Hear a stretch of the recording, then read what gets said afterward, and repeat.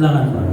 Untuk yang tobat tadi kan mau dosanya berawal, tapi kalau kepada manusia tobatnya diterima, artinya tobatnya itu diterima, tapi tetap urusan sama manusianya tetap di. Iya. Jadi tobat kalau untuk urusannya sama Allah syaratnya ada 3. Tapi kalau tobat untuk urusan sesama manusia ditambah 1, yaitu apa? Harus mendapatkan halalnya dari yang kita melakukan kesalahan. Halal itu apa? Dimaafkan. Jadi selama itu belum ada kita dapatkan dari orang tersebut, selama itu masih apa Pak? Ada pertanggungjawaban di akhirat. Tapi untuk urusan sama Allah nggak ada masalah. Sama Allah gampang sekali Pak. Kita dosa hari ini minta maaf hari ini diterima sama Allah. Makanya saya sering menyampaikan juga, ingat apa yang saya sampaikan. Ma min dzanbin, kata Abu Bakar, ma min dzanbin yudhibu dzanban, kan itu. Tidaklah seorang hamba ketika melakukan dosa kemudian wudu, ngambil air wudu, sholat 2 rakaat, illa ghafarallahu, kecuali Allah ampuni dosa. Gampang. Tapi kalau urusan dengan manusia harus datang ke rumahnya, harus ditelepon, harus SMS, ya. Urusannya belum selesai, ya. Kita masih harus ada mendengarkan kalimat dari dia, saya maafkan. Kalau misalkan kezaliman, kembalikan. Subhanallah, kita susah Pak. Istighfar kepada Allah Subhanahu wa taala atas kesalahan kita sesama Bani Adam. Nah ini yang agak susah. Susah sekali kita untuk bisa mendapatkan maaf orang lain. Terus bagaimana kalau misalkan kita sudah ingin tobat, ternyata orangnya sudah nggak ada, orangnya sudah pindah, orangnya sudah meninggal? Ya siap-siap aja ditanya di akhirat, ya Allah saya sudah mau ingin minta maaf, sudah kubur mati lagi gitu. Gimana bisa enggak? Ya kalau dia menerima, kalau enggak tetap kita dimintain bertanggung jawab. Apa sih Pak dosa kepada manusia itu? Iya, kita harus hindari itu Pak ya. Masalah harta. Harta ini kalau misalkan ada yang menyangkut di kita harus kembalikan. Misalkan mungkin dia pernah ngambil sandal orang, mungkin dulu waktu anak sengaja ngambil sepatunya orang. Gimana ini caranya? Harus kembaliin. Kalau nggak ada yang dulu orangnya, dikasih ahli warisnya, cari ahli waris. Atau masalah uang. Makanya kalau saya ingat sekali, saya itu pernah kehilangan sepatu baru 2 kali. Tapi nanti di akhir ketemu itu. Ketemu orang yang nyolong itu pasti ketemu. Makanya kita ada namanya simpanan di sana. Simpanan pahala dari orang. Makanya jangan kita ada kesedihan, ada hilang, ya udah hilang berarti bukan milik kita tapi milik orang. Milik orang artinya dengan cara yang halal nggak apa-apa, tapi kalau haram ada pertanggungjawaban. Harus kembali kepada Allah. Kalau misalkan masalah kehormatan harus minta maaf sama dia. Terus bagaimana Pak? Saya yakin tidak ada yang kita nggak punya salah sama manusia. Itu masalah satu. Saya yakin bahwa manusia ini ada salahnya dengan sesama. Dan ini yang harus diselesaikan. Mungkin di momen-momen seperti Idul Fitri itu paling penting. Ya. Kita misalkan nggak usah nyebutin kesalahannya aja deh. Kalau nyebutin kesalahannya malah jadi masalah. Udah saya minta maaf aja ya. Kalau harus disebutin saya pernah ngamuk gini, wah itu masalah lagi. Makanya Ibnu Taimiyah mengatakan, rahimahullah taala mengatakan, kalau Anda minta maaf, udah global aja. Saya minta maaf atas kesalahan saya. Mungkin ya macam-macam lah ya kita salah. Ada yang sengaja, ada yang sengaja. Dan itu kalau sama Allah insya Allah diterima. Kalau sesama Adam penyelesaiannya harus di dunia ini. Kalau tidak, nanti di akhirat akan ketemu dengan orang tersebut. Iya Pak ya, susah. Mudah-mudahan Bapak-bapak bisa mengurangi seperti ini, karena inilah yang sering kita komentari gitu. Makanya saya nggak suka komentari presiden, komentari menteri, komentari orang-orang yang beriman ini nggak perlu. Ya kita lihat aja, Kalau Bapak ikut-ikut menghujat, itu bahaya. Belum tentu kita bisa ketemu lagi sama dia nanti di akhirat.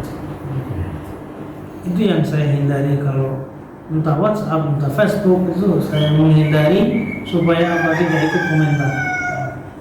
Kalau komentarnya baik, ya alhamdulillah. Tapi kalau komentarnya sampai ya macam-macam begitu, itu pahalanya gimana? Dosanya. Ya, itu yang dianggap. Tapi kalau kita sini, insya Allah nggak ada. Semuanya itu sudah mengerti tentang masalah. Itu mana? Insya Allah kalau urusan harta, urusan kehormatan harus diselesaikan. Ada lagi jemaah menghormati, silakan Pak. Menyambung tadi Pak Nur, itu kan menyangkut perseorangan. Misalnya kita ngambil di Solo gitu kan, kembalikan. Dalam arti kita minta maaf kepada Solo. Sekarang kalau orang korupsi dengan negara, itu cara mengampuninya gimana?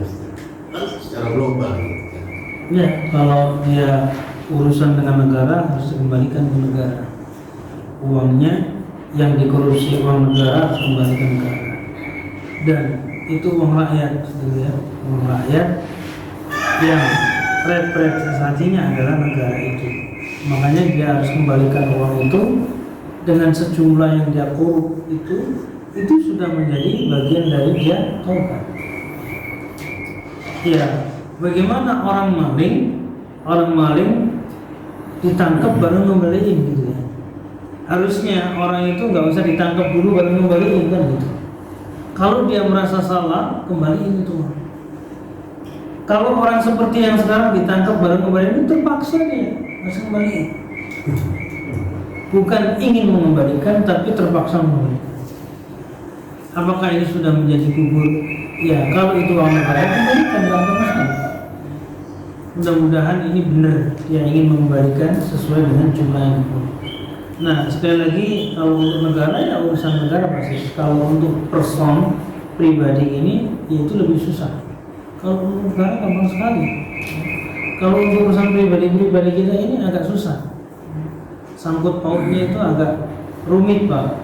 Sehingga kadang-kadang ada yang bisa dimaafkan, ada yang tidak bisa maafkan. Ada yang lupa dengan hutangnya, ada yang lupa dengan kesalahannya.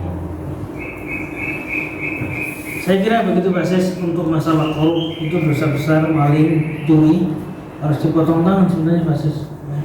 Kalau sangat miliaran. Tapi karena hukum kita tidak hukum Islam, maka cukup mereka diganjar dengan penjara. Itu juga nggak menjadi hal yang apa Pak ya, dibolehkan dalam Islam, bukan begitu, tidak. Nanti masih belum gugur hukumannya nanti di akhirat insyaallah. Itu yang terjadi pada saat ini. Semoga kita semua terjaga dari hal-hal yang sifatnya dosa besar itu. Yang lain Pak Fuala dari tadi sudah bisik-bisik sama Pak Abdullah. Silakan. Dari Ustaz. Silakan. Kaitannya dengan taubat Ustaz. Urgensinya dengan sholat taubat apa perlu kita Ustaz? Kalau kita salah keadaannya sholat taubat itu, apakah kita harus menjalankan seumur hidup sekali atau tidak dengan baca istighfar? Enggak, jadi sholat taubat itu sholat tidak harus sekali, bisa berulang-ulang sesuai dengan dosa yang dilakukan. Jadi kalau sholat taubat sekali berarti nunggu nanti kalau saya baru sekali sholat taubat, dosa-dosa dikumpulin dulu berarti, ngumpulin dosa dulu pas waktunya sholat baru sholat. Tapi di sini enggak, perintahnya itu pada dia siap dosa dia sholat taubat. Iya, perintahnya dalam hadis begitu. Setiap hari. Ma min abdin yudhnibu dhanban thumma yatawadda thumma yusalli rak'ataini illa ghafara. Ketika seorang hamba melakukan dosa, kemudian wudhu, kemudian sholat 2 rakaat sholat taubat, diterima sama Allah. Tapi sekarang kan enggak. Dulu enggak sholat, waktu dia kerja enggak pernah sholat, sholatnya taubat sekarang Bang. Setahun sekali kayak haji aja seumur hidup sekali. Ini enggak begitu maksud saya. Jadi sholat taubat itu sholat dilakukan setelah orang melakukan dosa. Dan dosa apa aja. Kalau misalkan Bapak anggap ini Masya Allah besar sekali dosa saya, habis na'udzubillah minum, habis main judi, habis berzina, na'udzubillah. Iya, kalau misalkan Allah takdirkan masih umurnya ada, ya, tapi pada saat main judi meninggal gimana, ya, pada saat minum langsung meninggal gimana, itu yang jadi masalah. Maka harusnya sholat taubat itu segera. Jangan nunggu 1 tahun sekali atau seumur hidup sekali, dan nggak mesti kayak gitu. Harus ketika dia melakukan dosa langsung tobat. Kalau misalkan nggak mau sholat nggak apa-apa, istighfar kepada Allah SWT. Itu kalau dosa-dosa kecil ya. Tapi kalau dosa besar nggak sholat nggak. Itu masih masalah sholat tobat masih. Ya sama-sama. Tadi, ya? Ada lagi? Tadi persoalan tadi. Keberhasilan setan tadi itu kan ada 2 menurut saya. Iya. Tapi yang masih dibahas cuma putus asa aja.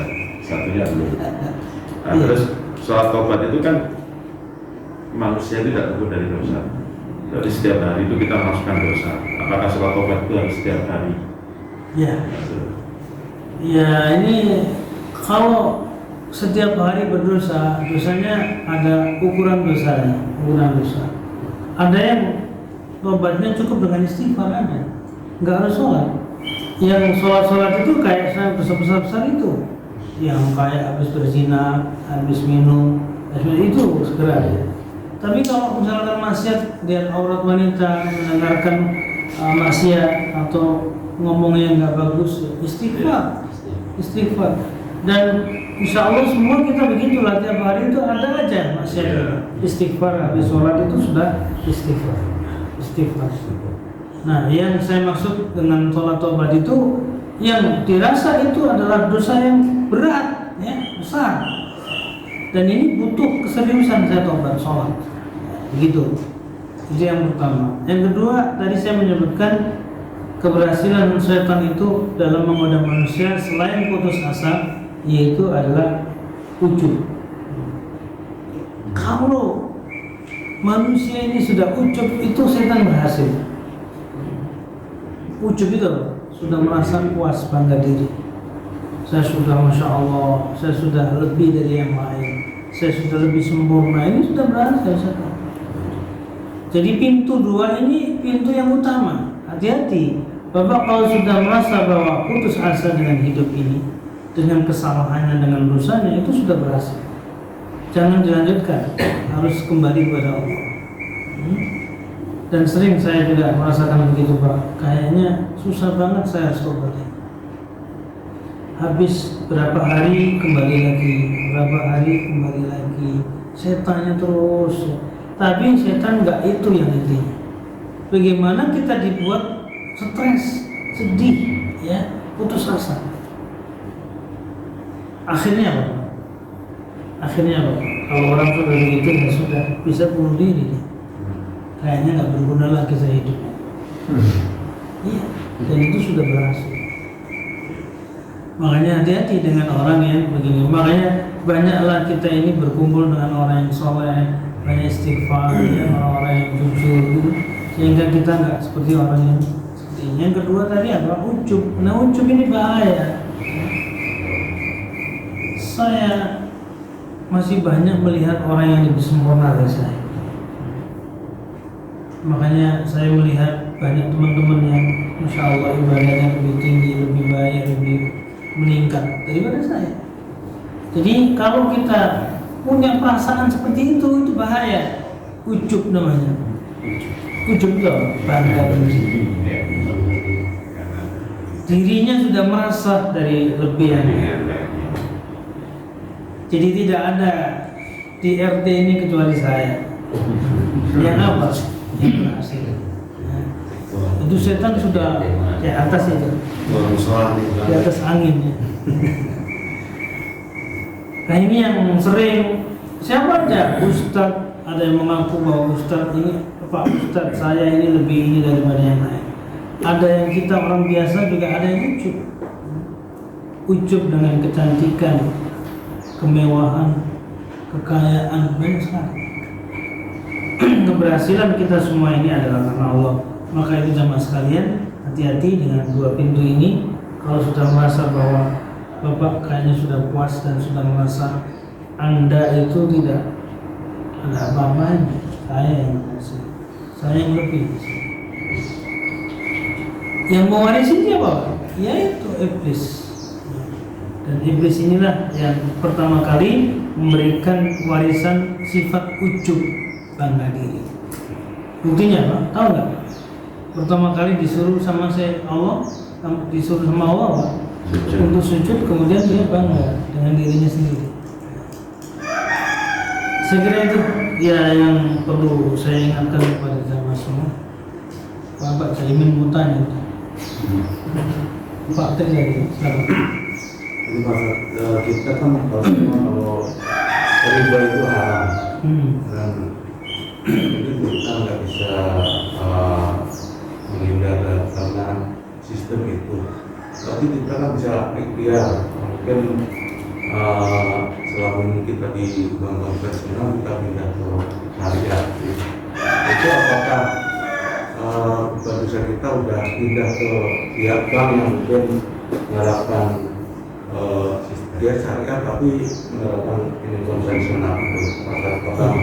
Yang kedua, kita di masyarakat kita udah biasa pasar. Kita kalau makan di warteg, di nasi padang itu kan kita pesen makan bayarnya belakangan. Itu kan secara mungkin pikir harusnya kan ada akad dulu, mungkin bayar dulu baru makan. Nah sementara ini kan kita makan dulu baru bayar, itu Iya. Yang pertama tentang bank. Jadi mungkin jamaah di sini sudah semua sudah punya tabungan syariah semua. Mengalihkan konvensional menjadi syariah itu suatu kewajiban. Meskipun tidak bisa semuanya, mungkin sebagian, karena ada transaksi yang tidak bisa kecuali dengan konvensional. Tapi ikhtiar kita kata Patri harus begitu, harus mengalihkan bank kita menjadi syariah. Ya Pak Asep BCA dialihkan ke BCA, kalau ada syariah ya syariah. Tapi kalau sekarang ini dikatakan hanya formalitas, saya nggak tahu apakah itu hanya sebagai formalitas saja untuk menarik nasabah yang kaum muslimin mayoritas ini atau tidak. Urusannya adalah urusan mereka, tapi kita ikhtiar sudah. Sampai BNI Syariah sudah nggak ada lagi kan? Sekarang Mandiri Syariah sudah nggak ada lagi, kemudian BCA Syariah sudah nggak ada lagi kan? Sekarang sudah menjadi BSI kan? Dan ini sudah bagus kan? Sudah bagus jadi satu. Dan ini ikhtiar kita punya harusnya. Nanti ditanya sama Allah ya, udah ada jawabannya. Ya Allah, saya sudah ikhtiar untuk pindahkan syariah. Adapun kekurangan di dalam sistem yang ada, itu ya mereka yang bertanggung jawab. Karena kita nggak punya bank selain itu. Itu ada pertanggungjawaban di hadapan Allah. Insya Allah kita punya ya dia punya kan? Meskipun nggak ada isinya, yang penting ada banknya dulu. Masih dibilangin buka dulu yang penting.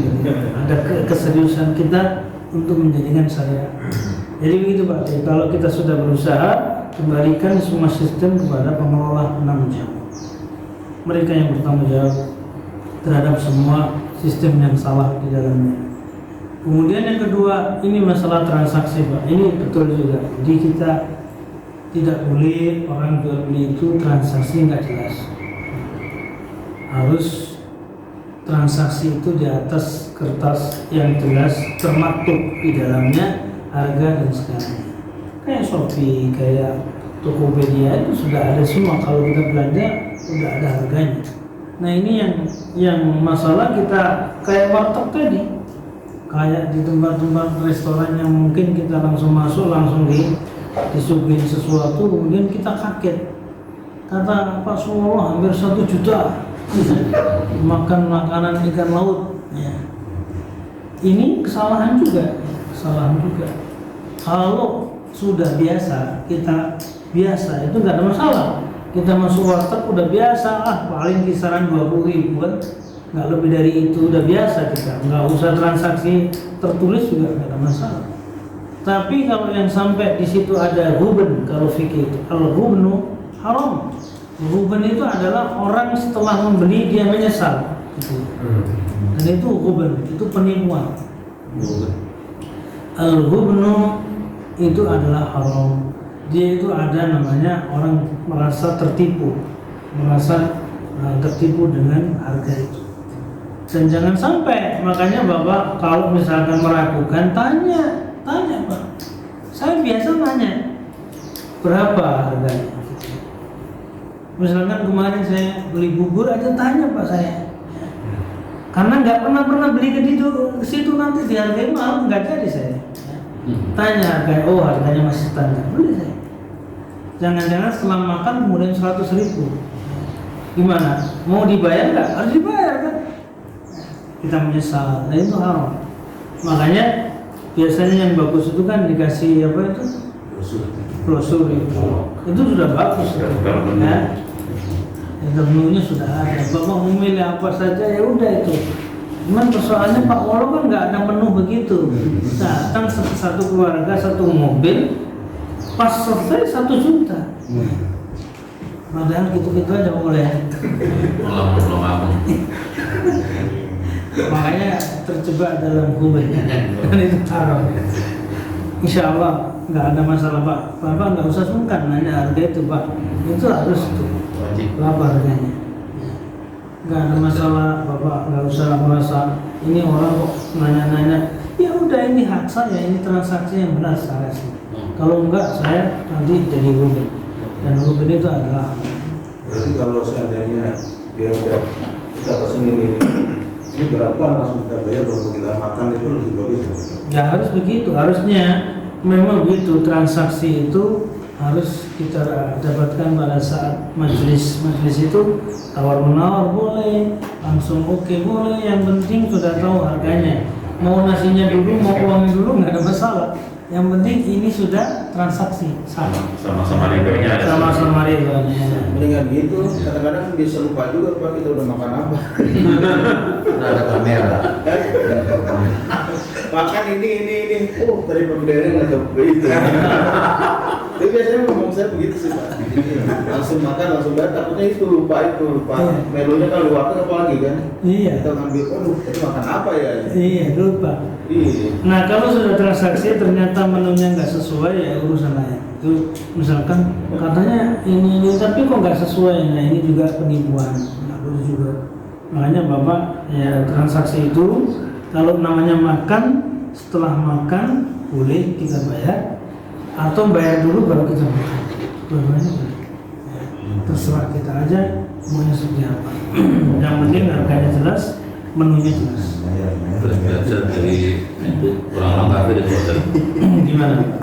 itu istilahnya orang-orang kafir kan begitu kan, buka pintu itu kan orang kafir yang punya. Kemudian transaksinya kan bayar dulu baru makan. Bayar dulu baru ya? Iya, kan di Gopen kayak di McDonald kan biasanya. Iya, betul. Orang kafir kan Tapi yang benar begitu. Lah nggak apa-apa, kalau Ridho sama Ridho, suka sama suka, senang sama senang. Saya udah tahu ini menunya begini, bayar dulu baru kita. Ya, adapun nanti ketika ada kekurangan, ada ketidaksempurnaan dalam menu itu ya bisa kita protes. Nggak ada masalah kan dalam satu nasi. Saya kira seperti itu. Nah, kecuali kalau Bapak sudah tahu biasa. Ya, misalkan Bapak beli kitab aja, contoh beli kitab. Harganya jelas. Kitab yang sudah dibungkus plastik rapi, Bapak nggak tahu dalamnya itu. Tapi Bapak yakin bahwa ini sudah sempurna. Ternyata dibuka di rumah banyak yang kurang halamannya. kembaliin itu. Nggak boleh kita menjual sesuatu yang nggak tahu barangnya jelas di dalam. Makanya kecuali kalau sudah kebiasaan, kita sudah paham itu. Kayak kaleng, susu kaleng, Bapak mau buka dulu isinya apa dalam kaleng itu kan ya. Itu membeli sesuatu yang tidak tahu dalamnya, itu juga harus dihindari. Kalau hal seperti itu, jangan sampai membeli sesuatu yang nggak tahu barangnya. Allah alam. Mudah-mudahan ini menjadi pelajaran buat kita semua dalam transaksi jual beli.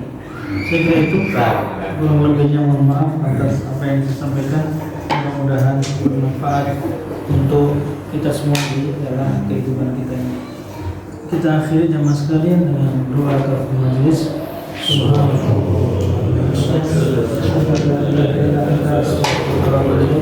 Assalamualaikum warahmatullahi wabarakatuh.